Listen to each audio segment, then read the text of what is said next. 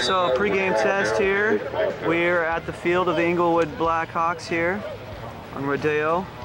John Tyler is my assistant here, or I'm his assistant. I haven't figured that one out yet. So give me a sound check, John. Yeah, check test 1, 2. 64 degrees, no wind tonight, nothing coming off the coast. It's going to be a wonderful night, not too cold at all. All right, that's John Tyler. I'm Jay Tando. Here's our test. All right, here we go. Championship game, December 14th pregame. We are here with John Tyler with the Blackhawks, and we have the owner of the Hollywood Stars, Jeff DeVito. Let's talk about the game. Yeah, we had, in looking over what you've done the past couple of years, pretty good stuff. Made it to the championship game, almost beat the Bears.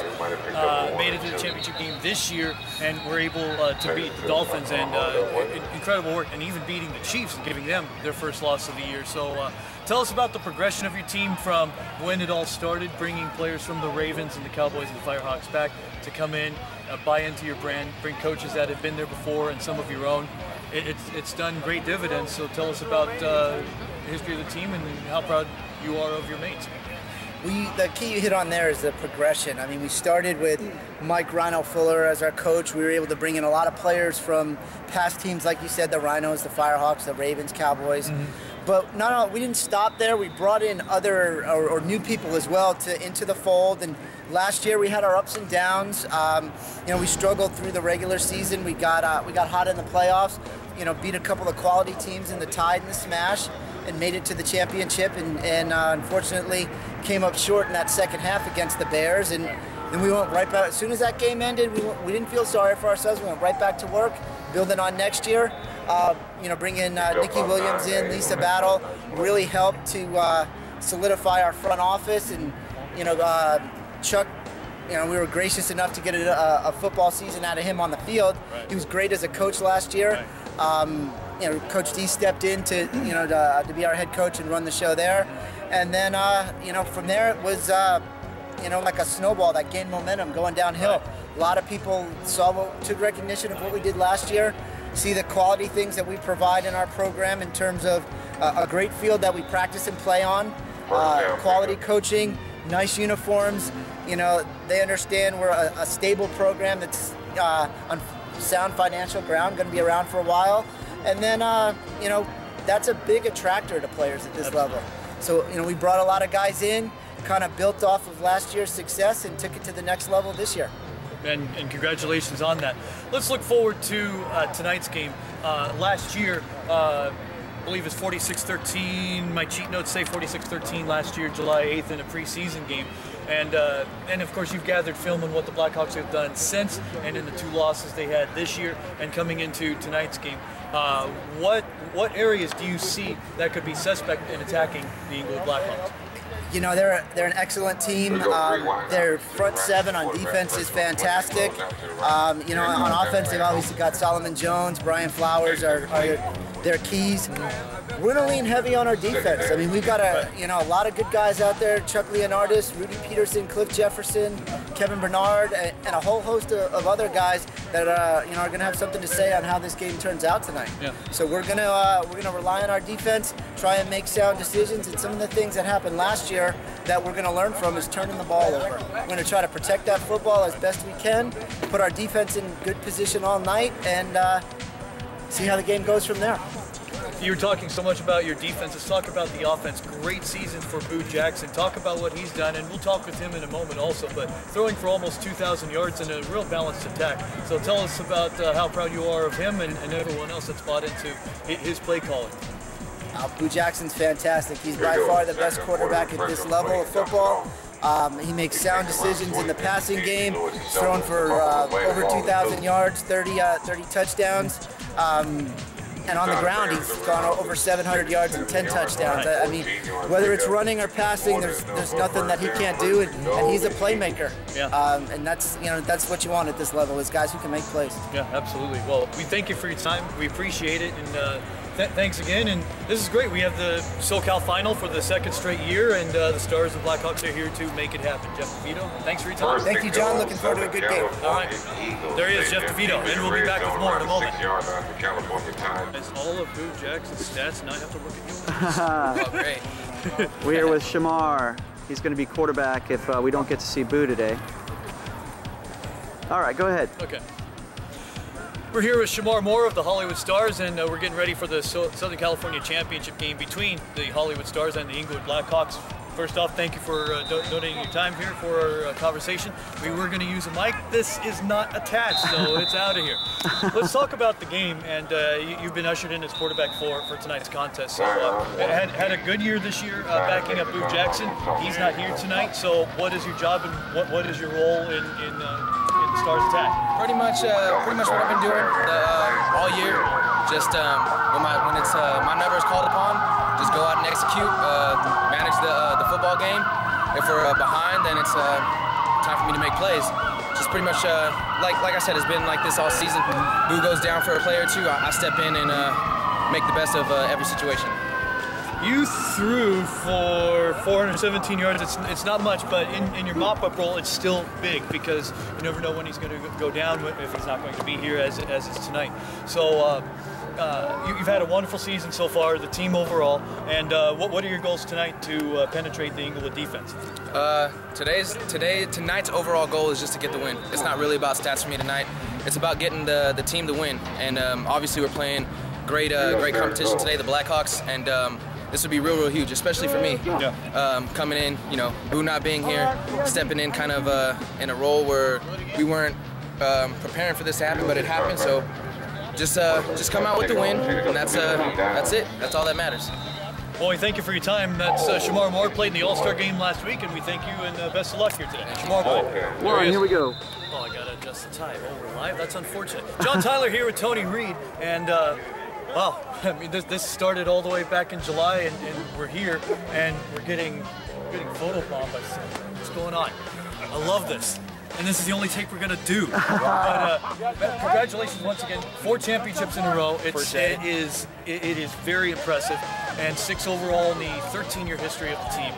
And you know, it was one of the toughest roads. Not gonna lie, there was a 6-7 game stretch where you wanted to see the real character of the Blackhawks after all the cupcake victories and all that.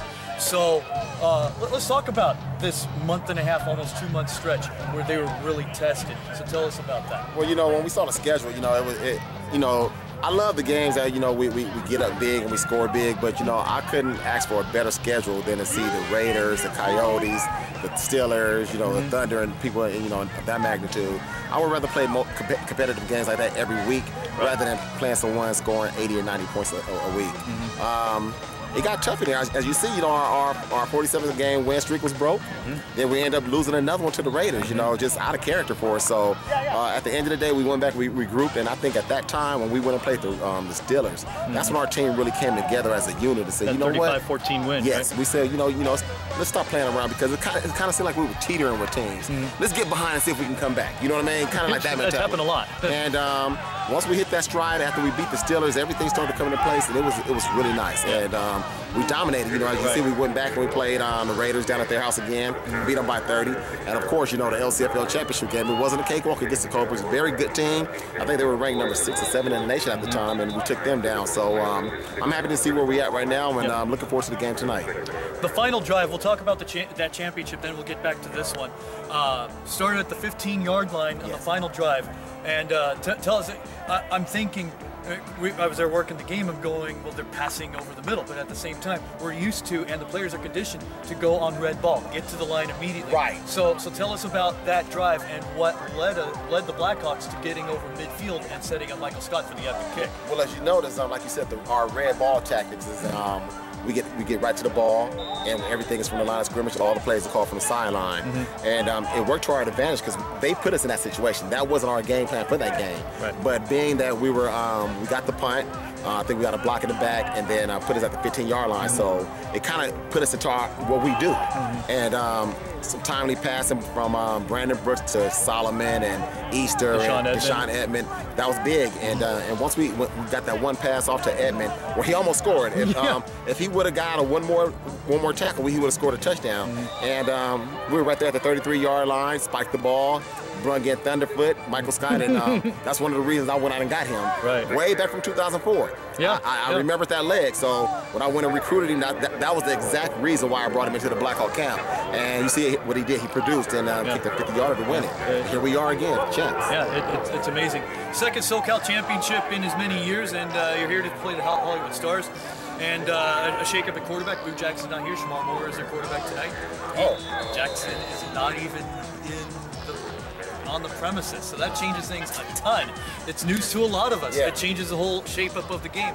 So, knowing you don't have to go against a multi-dimensional player, running, passing, everything, where do you look to, and especially with the defense has been so well, Roy Otis, defensive MVP, and Leon Friend that might be playing his last game tonight. Correct. Where do you see, how hungry is the defense? Well, the defense is hungry every game. Yeah. These guys, they're competing with us on offense to see who scores the most points. And being that Boo Jackson is not here, that's unfortunate because we were looking forward to playing against Boo Jackson, you know. But we still got to play football. We can't say Boo Jackson is not here, we're going to take it light. No, we still got to play Blackhawk football. We got to fly around. We got to knock people in the dirt, and we got to be effective on offense and special teams. And you know, like I said, I wish he was here because I don't want to leave any doubt in anybody's mind across the nation. Right. Because we are the Blackhawks, and this is what we do. We want to play the best of the best, and I hope everything is fine with him. I hope there's no issues. But we're going to come out here, we're going to play our style of football and hopefully get out here with a W. Last question, let's talk about the offense. They've had a good year. They've had to step it up in the big moments. Yes. So talk about the fantastic work Brandon Brooks has done, throwing for 1,700 yards in the LCFL season. Yes. And what he's done to bring the Blackhawks to this point. Well, Brandon is a true, you know, field commander. That last drive against the Cobras, you know, it was he and I who kind of collaborated on the plays to on a winning drive. And he's had a, you know, up and down year. He kind of had that sophomore jinx after winning the league MVP, but still his numbers are some of the best in the league and in the nation. But as you see at the latter part of the season, not only do we ride Brandon Brooks, but we rolled Brian Flowers. He's Brian Flowers is our gasoline charged car, and when he goes, we go. And he had a magnificent second half of the season. And you can't never forget about Solomon Jones. I mean, he's scoring over 20 touchdowns this year. Championship game, he in the first. Three catches. Yeah, three catches. But everyone else stepped up too, and Jeremy Ruel had a catch. Oh, I loved it. We were glad for that little swing out pass. Yeah, seeing that Jeremy, you know, he went down to San Diego with the broken collarbone and was able to come back in that game and catch a pass. But as we go, you know, the team go, we solid across the board. Like I said, Tony Parham, Jeremy Bird, Dante Turner, guys like that, they've all contributed. And I'm looking for big games out of all them guys tonight. And, you know, we're not afraid to not go to Solomon Jones. We trust all the other guys as well. So we're going to see how everything pans out tonight and get this W and go home. All right. Best of luck. There he is. Tony Reed, head coach of the Inglewood Blackhawks. We'll be back with more in a moment. We're back here at Jackie Robinson Stadium getting ready for the Stars and the Blackhawks. And right now with us is Brandon Brooks for 23 touchdowns in the LCFL regular season. Produced a remarkable drive from the 15 in the game against the Cobras down in Oceanside for the championship. And we're looking forward to tonight's game. And tell us how proud you are of your efforts in a sophomore season and the photo bombing that we had from Eric Butler there. Tell us about how proud you are of your team coming in as a second year coach. I'm really proud of my team this year. We battled a lot of things, personal things on and off the field. And, you know, a lot of us, we stuck together, you know, played together as a family. And, you know, it's a testament to last year, just kind of carried over. Good thing that, you know, the chemistry was good last year, and it helped us get over, you know, through this year. Now, you know, playing back here, SoCal championship. So. Stars have always had a really good defense. It goes back to the coaching of Mike Villegas and Ed Rycroft. And you talk about great players like Chuck Leonardis and Cliff Jefferson. But when it comes down to it, how do you expect to break down, and especially if you want to break one big, how do you break down their secondary? The secondary just being consistent. You know, hitting them with our, just sticking with our game, hitting them with short stuff. You know, inviting them to come up, hitting them with the run game. As far as what they do, you know, it doesn't matter what they do. As long as, you know, we block everybody, we catch the ball, we throw the ball, we run, we break tackles, we'll be okay. That's good to know. Best of luck tonight. Congratulations on another championship, and looking forward to see you out there. Here we go.